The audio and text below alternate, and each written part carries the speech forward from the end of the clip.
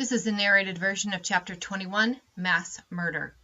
Mass murder is commonly defined as the murder of multiple victims during a single event at one or more associated locations. There must be multiple victims, and all must be victims of criminal homicide. Genocide is the deliberate and organized killings of a large group of people who are distinguished by their personal, political, or religious beliefs, their nationality, and/or their ethnicity.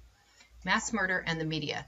The relationship between violent crime and the media has approached a critical mass. Victims and offenders alike communicate directly with news outlets before, during, and after the commission of crimes. Example, Virginia Tech student Cheo Seung-Hugh mailed photographs, videos, and writings to NBC News that detailed and documented his motives and state of mind. Myths.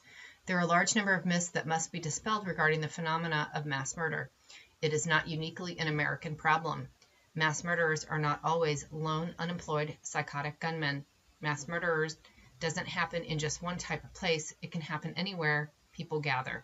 There is no methodic profile that can be rendered from studying cases of mass murder. Types of mass murderers. Number 1, power-oriented mass killer. Number 2, revenge-oriented mass killer. Number 3, loyalty-oriented mass killer. Number 4, profit-oriented mass killer. Number 5, terror-oriented mass killer.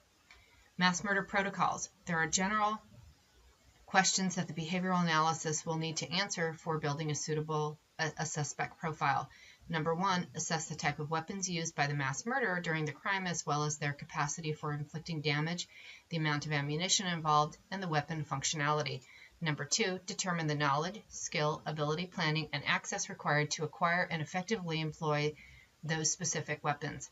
Number 3, determine the actual target or targets and/or victim or victims.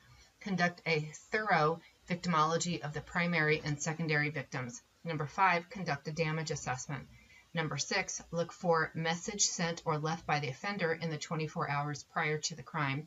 And number 7, assess crime scene characteristics and possible motives for the offense.